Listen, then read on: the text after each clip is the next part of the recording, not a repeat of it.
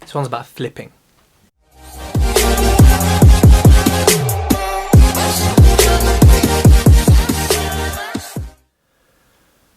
Well, hello there, listener of the Tej Talks podcast. It's Tej here, would you believe it, none other.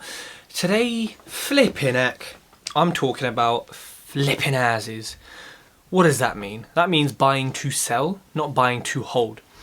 My main strategy is buy to hold because I want passive income and I want assets that will appreciate a little bit over time, but mainly give me cash flow.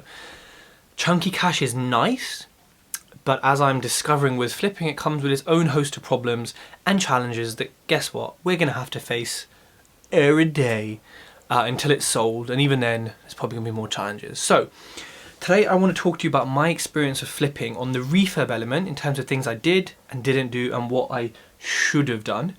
Also the estate agent element of it as well, how to find a good one and how to deal with a good one and how to understand the kind of stuff they're going to say and the bullshit that some of them may give you.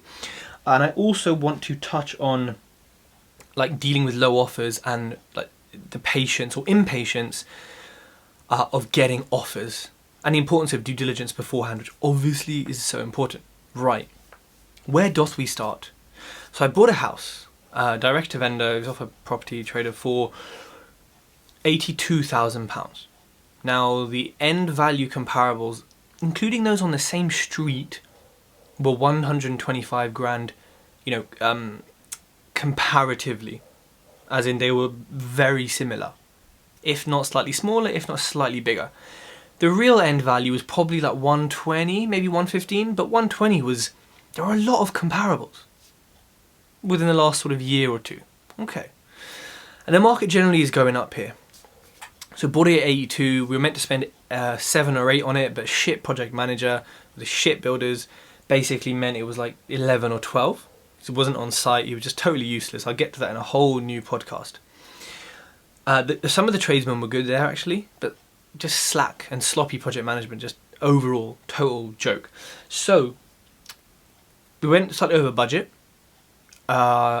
We made quite a nice house, quite a good house. Here's a mistake I made. I forgot it had wallpaper in. So a painter had come in, done the sort of first coat on top of the wallpaper because I said, look, we'll just paint decorate it. And when I got there I was like, this shit is ugly. It was very old school wallpaper and I was like, damn it, the strip out team have been in, done their stuff. This could have been a lot easier and cheaper. But alas, I just missed it. As simple as that. Juggling 6 refurbs and then looking at pictures of this afterwards and being like, oh, that's a plastered wall because it looked plain, flat and white. So what I did was we took the wallpaper off and we re-wallpapered with quite a nice, very finely textured, way more modern wallpaper. Why didn't we plaster the whole house? The budget was not there, and that was the main reason, really. The budget was just not there, unfortunately, for it to be a deal. It was a big house, big ceilings. So we re-wallpapered it with a very nice wallpaper. We filled any like cracks in the plaster. We made it smooth. It looks very nice. And it's in a part of the world, and it's got potential end value where, they're not going to necessarily comment too much on it. That's what I thought. However, a few potential buyers have commented on that as not a deal breaker, but as we'd probably replaster this. But then the majority of them haven't said anything.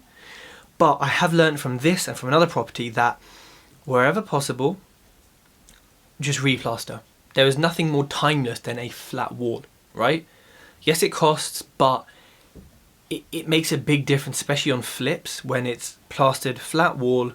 It looks super modern, and it will look modern in 100 years, whereas wallpaper, even a nice one, it will still keep its, timelessness, but not as much as a pure flat wall. So I sort of messed that one up. But really, I've only got feedback from 1 or 2 out of, 20 viewers.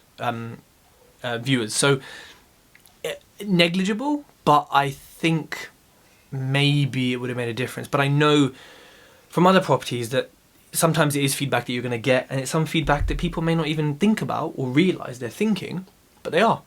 So the agent doesn't get the feedback because, well, yeah, they're just not the viewer, the person buying it, not thinking about it necessarily. So that was the first mistake with the plaster, but again, not a huge mistake. I think another element is like the swag, the sauce, the interior design. Now, I'm all about that swag life, you may know, right? And the bathroom is beautiful. I'll put a picture here for those of you on YouTube to have a look at. I think it is it's very nicely designed. The kitchen looks lovely, the bathroom's great, and otherwise everything else is grey and white. It's kind of standard. You know, do I think you have to go all out in a bathroom and kitchen to make a sale? Not at certain price brackets. You know, if I was in like London or West London, it'd be a German kitchen. It would be, like totally different. It would just be different. However, in this flip, I went for I would say it's higher end bathroom, and the kitchen was painted, not new kitchen, which a few people picked up on. Most people didn't mind because it looked great and it was still functional. It wasn't dirty and it wasn't broken. You know, in another flip, would I go full out with the bathroom? I mean, there's a limit I would go to, and I would stop there, because I know that spending £200 on a black bath shower screen as opposed to say 120 for a chrome one, because it needed black to match everything. I just know now that most viewers or tenants are not going to give a shit, nor are they going to realise. Some will. Oh my god, this was like Instagram, great. But I think there is a certain limit, and I always have a limit in a budget, but I think that's going to come down now for flips of certain price brackets, because it's not necessary. But you can still create amazing designs without going that extra mile, depending on your area and your price bracket. And I'm learning that this area, maybe I don't need to go, you know, sort of all out on the little details, like I would in, say, a service accommodation, because people just aren't noticing it. I'm not getting feedback on that, right? So that's another thing about the kind of swag, is like, speak to agents, look at other things on the market that have sold or selling at the kind of level you're going for, and just do slightly better. But I don't regret it, because it looks gorgeous and it will make a beautiful home for someone. But there's just a bit of a learning to just maybe do things slightly differently next time. Maybe prioritize something like replastering walls, which are not in bad condition, they're not damp or anything, instead of spending a little bit extra on a bathroom, right? This is a lesson. I'm being very open and honest with you. So think what you will. Market shifts. Now, when I bought it, the comps were 120, 125. Now the comps are 110, 115. I don't know why they've dropped, and they shouldn't really have dropped, but they have. And that's meant that we listed it at 120, we dropped it to 115 pretty soonish, and we're getting offers just below, but not at 115 yet. But we did, and we have a story, and I have a story to share with you about that offer.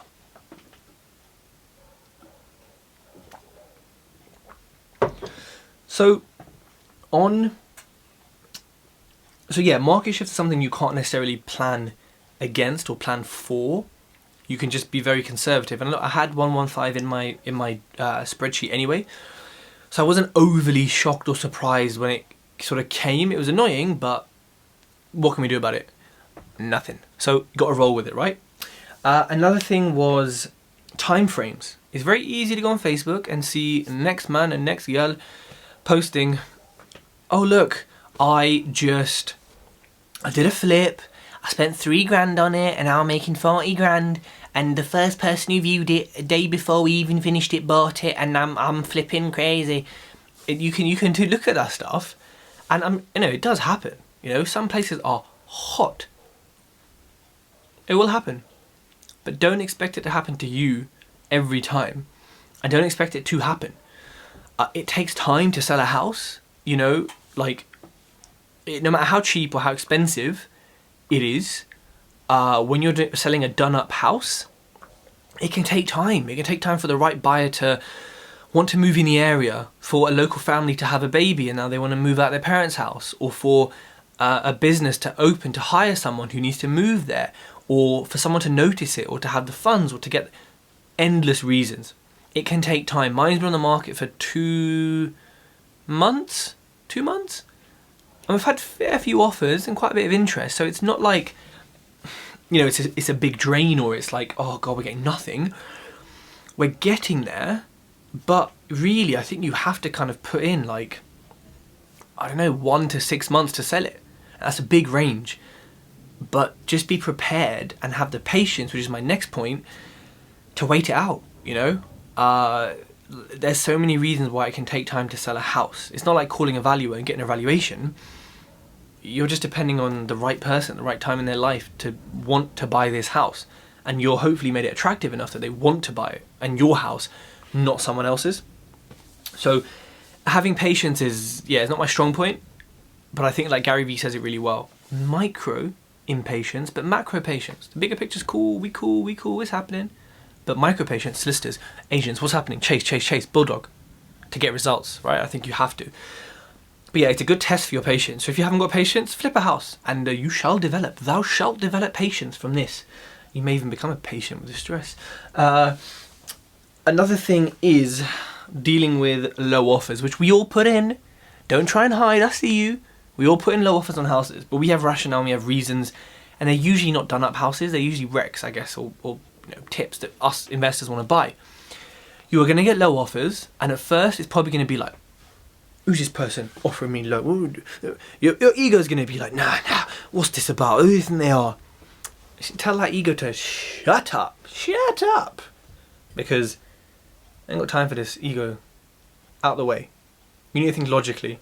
Have they given me feedback? Have they said this, and this? If they have, are they reasonable? One lady viewed it and she was like, it's on for 120 at this point. She offered 90. She goes, yeah, I don't like the location. And it's a 3 bed. It's not really the beds I'm looking for. And we're like, you know, Rightmove says how many beds it is and it says the exact location of it. Do you want me to move the house for you? Is that why you're taking 30 grand off it? Because you're going to put it on wheels? And dumb excuses. Someone said that, there's a little dip in the ceiling, which is so common in these houses. And I've seen it. It's like an inch dip. It's nothing. And we've been up there and we've seen. And they said, I'm going to offer 3.5 grand less. And the agent was like, behave? 3.5 grand for a dip in an old house in this part? Like, really? And they changed their mind quick time. But people will offer dumb offers for dumb reasons. So be prepared for this shit, yo. Like, just take it as, okay, feedback? Yes? No? Okay. Can we act on it? Okay, we'll act on it. If not, no thank you. Now, when it comes to offers, you're going to have offers that are close to asking. Close. Now, this is something I kind of struggle with. And actually, shout out to Instagram. Peeps who are following, help me out. You know, I had an offer at, I think, 113,500. And it was up for 115 at this point, and it is now. I was like, do I accept? Because I've got interest payments per month to my investor that are basically counting down on my profit. I factored in for like 6 to 8 months of it anyway, but they're still counting on my profit. So do I take less, like a lower offer, but maybe actually make the same amount of profit, or maybe even more profit? Or do I hold on, sort of keep losing money for a higher offer that by the time the offer comes in, I could be at the same profit as what I was before? You got to think about things like that. Your cost of money, your cost of borrowing, cost of finance comes off your profit. Like, you can't hide that shit. Like, it comes off your profit. So, like, really think about these things. You know, like, is it worth waiting X amount of time with the amount of views and stuff we're getting to make an extra couple grand, which we're maybe going to lose on interest payments or to bridges or whatever? So think about the things that you don't think about. Really important. And that was a bit of an eye-opener for me. And now I'm a bit more flexible to an extent, but I still know what I need to achieve, and it's really important. You know this. The next thing is estate agents. How do you pick estate agents? Me, it was Google reviews. It was Google reviews and speaking to them and just getting a gut feel for them and how realistic and honest they were, but also a recommendation. This agent came from a recommendation. I said, hey, you know this area, you live near here, you kind of invest here. Who should I sell my house through? And it's been a great experience with them so far. They've been really, really good, very tenacious, very on it. So, you know, I'm happy so far with them. This video is going to go out a few weeks after I've said this, so it could change. They could be getting added on my story, but I'm happy with them so far. But test how welcoming they are, because if they're not nice to you when you walk in the office and you're making them money, Are they going to be nice to the viewers? Maybe, but are they corporate? Are they small? Which one do you want? Which one do you prefer? How's their branding? How's their marketing? Are they on all platforms? Are they registered? What kind of fee are they charging? Are they giving it all this bollocks about, oh yeah, we use social media, special targeting thing, and it's like, nah, it's actually pretty crap. What are they actually doing to get your property out there? How well do they negotiate with you on their fee? Because that would imply how well they negotiate with a buyer on your offer, right? Don't always go for the cheapest. Don't always go for the most expensive. You could go for either or, but the price is not the only factor. If they can sell it quicker and get you a higher offer, but you pay them 200 quid more, but they get you £1,000 extra, you'll net 800 quid up, right? So think about that with agents, because there's a few different factors that will decide this. So those are my lessons from my flip. They're not sort of huge lessons, but I think the biggest one is it will take time. You have to have patience. You have to trust your estate agent, which is not necessarily easy. You have to find a good estate agent, and you have to do the house well enough so that it sells, but not so good that it just eats into your budget, and then it's maybe even too niche or too designer or something. It doesn't suit everyone. So it's keeping it neutral, but keeping it different, keeping it trendy, and you want people to walk in and say, wow, me like this place? Yeah, I can live here. You don't want them to walk in and say, yeah, it's nice. I suppose it's nice. Yeah, I could, we could put an offer in. No, you do not want that, okay? That is not ideal.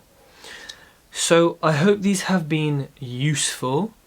Budget's always overrun, timeline's always overrun, so please have contingencies and do extra due diligence. I'm still making profit on this flip. It should be about 10 to 12 grand depending on what we sell it for, and at the time how much interest has been paid as well. Was looking to make probably 5 or 6, maybe even 10 more than that. But for my first flip, it's a lesson.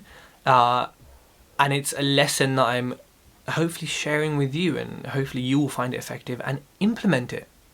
So please subscribe to my podcast, Tej Talks. If you forget my name, just look at my chest awkwardly and it shall appear.